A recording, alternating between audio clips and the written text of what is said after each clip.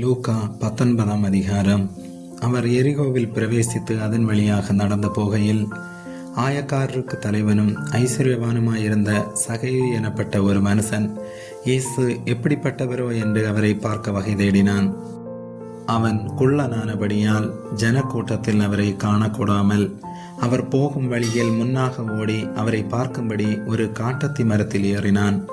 இயேசு அந்த இடத்தில் வந்தபோது அண்ணாந்து பார்த்து அவனை கண்டு, சகையுவே, நீ சீக்கிரமாய் இறங்கி வா, இன்றைக்கு நான் உன் வீட்டிலே தங்க வேண்டும் என்றார். அவன் சீக்கிரமாய் இறங்கி சந்தோஷத்தோடு அவரை அழைத்து கொண்டு போனான். அதை கண்ட யாவரும், இவர் பாவியான மனுஷனிடத்தில் தங்கும்படி போனார் என்று முறுமுறுத்தார்கள். சகையை நின்று கர்த்தரை நோக்கி, ஆண்டவரே, என் ஆஸ்திகளில் பாதியை ஏழைகளுக்கு கொடுக்கிறேன். நான் ஒருவனிடத்தில் எதையாகிலும் அநியாயமாய் வாங்கினதுண்டானால் 4 தனியாக திரும்ப செலுத்துகிறேன் என்றான். இயேசு அவனை நோக்கி, இன்றைக்கு இந்த வீட்டுக்கு ரட்சிப்பு வந்தது. இவனும் ஆபிரகாமுக்கு குமாரனாய் இருக்கிறானே. இழந்து போனதை தேடவும் ரட்சிக்கவுமே மனுஷகுமாரன் வந்திருக்கிறார் என்றார். அவர்கள் இவைகளை கேட்டு கொண்டிருக்கையில் அவர் எருசலேமுக்கு சமீபித்திருந்தபடியினாலும் தேவனுடைய ராஜ்யம் சீக்கிரமாய் வெளிப்படும் என்று அவர்கள் நினைத்தபடியினாலும் அவர் ஒரு ஊமையை சொன்னார். பிரபுவாகிய ஒருவன் ஒரு ராஜ்யத்தை பெற்றுக்கொண்டு திரும்பி வரும்படி தூர தேசத்துக்கு போக புறப்பட்டான். புறப்படும்போது அவன் தன் ஊழியக்காரரில் 10 பேரை அழைத்து அவர்களிடத்தில் 10 ராத்தல் திரவியம் கொடுத்து, நான் திரும்பி வருமளவும் இதை கொண்டு வியாபாரம் பண்ணுங்கள் என்று சொன்னான்.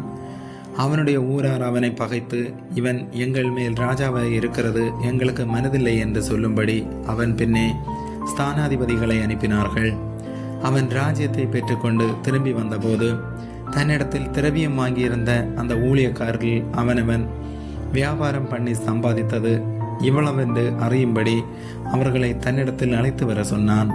அப்பொழுது முந்தினவன் வந்து, ஆண்டவனே, உம்முடைய ராத்தலினால் 10 ராத்தல் ஆதாயம் கிடைத்தது என்றான். எஜமான் அவனை நோக்கி, நல்லது உத்தம ஊழியக்காரனே, நீ கொஞ்சத்தில் உண்மையுள்ளவனாய் இருந்தபடியினால் 10 பட்டணங்களுக்கு அதிகாரியாய் இரு என்றான். அப்படியே 2ஆம் ஊழியக்காரன் வந்து, ஆண்டவனே, உம்முடைய ராத்தலினால் 5 ராத்தல் ஆதாயம் கிடைத்தது என்றான்.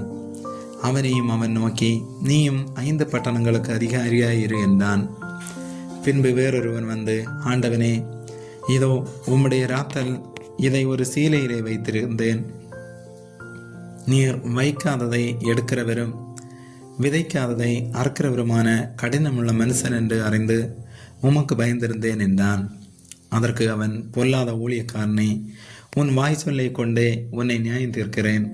நான் வைக்காததை எடுக்கிறவனும் விதைக்காததை அறுக்கிறவருமான கடினமுள்ள மனுஷன் என்று அறிந்தாயே. பின்ன ஏன் நீ என் திரவியத்தை காசு கடையிலே வைக்கவில்லை? வைத்திருந்தால் நான் வரும்போது அதை வட்டியோடு வரப்பற்றி கொள்ளுவேனே என்று சொல்லி சமீபமாய் நின்றவர்களை நோக்கி, அந்த ராத்தலை அவன் கையில் இருந்தெடுத்து 10 ராத்தல் உள்ளவனுக்கு கொடுங்கள் என்றான். அதற்கு அவர்கள், ஆண்டவனே, அவனுக்கு 10 ராத்தல் இருக்கிறதே என்றார்கள்.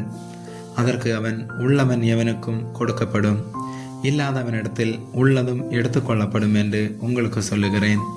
அன்றியும் தங்கள் மேல் நான் ராஜாவாக்கிறதற்கு மனதில்லாதிருந்தவர்களாகிய என்னுடைய சத்துருக்களை இங்கே கொண்டு வந்து எனக்கு முன்பாக வெட்டி போடுங்கள் என்று சொன்னான் என்றார். இவைகளை அவர் சொன்ன பின்பு எருசலேமுக்கு புறப்பட்டு முந்தி நடந்து போனார். அவர் ஒலிவமலை எனப்பட்ட மலையின் அருகான பெத்பகே பெத்தானியா என்னும் ஊர்களுக்கு சமீபித்த போது தம்முடைய சீசரில் 2 பேரை நோக்கி, உங்களுக்கு எதிரே இருக்கிற கிராமத்துக்கு போங்கள்.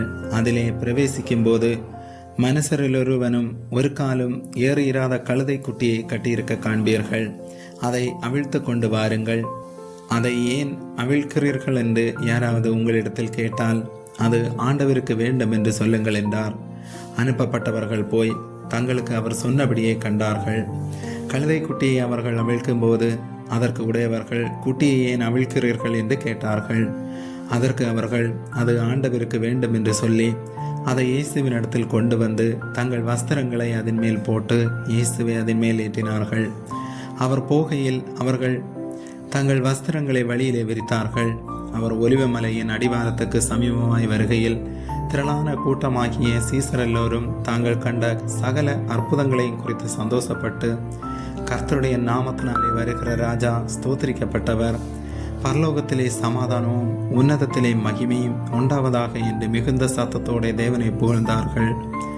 அப்பொழுது கூட்டத்தில் இருந்த பரிசேயரில் சிலர் அவரை நோக்கி, போதகரே, உம்முடைய சீசரை அதட்டும் என்றார்கள். அவர்களுக்கு அவர் பிரதியுத்தரமாக, இவர்கள் பேசாமல் இருந்தால் கல்லுகளை கூப்பிடும் என்று உங்களுக்கு சொல்லுகிறேன் என்றார்.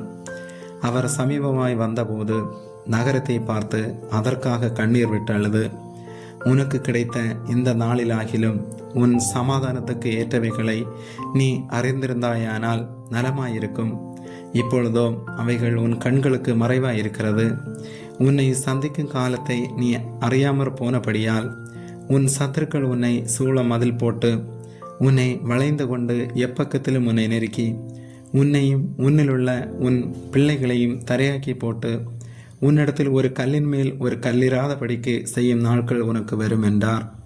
பின்பு அவர் தேவாலயத்தில் பிரவேசித்து அதிலே விற்கிறவர்களையும் கொள்ளுகிறவர்களையும் புறம்பே துரத்த தொடங்கி, என்னுடைய வீடு ஜெப வீடா இருக்கிறதென்று எழுதியிருக்கிறது, நீங்களோ அதை கள்ளர் குகையாக்கினீர்கள் என்றார். அவர் நாடோறும் தேவாலயத்தில் உபதேசம் பண்ணி கொண்டிருந்தார்.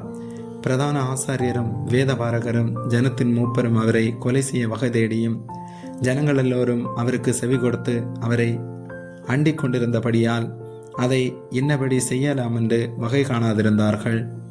ஆமேன்.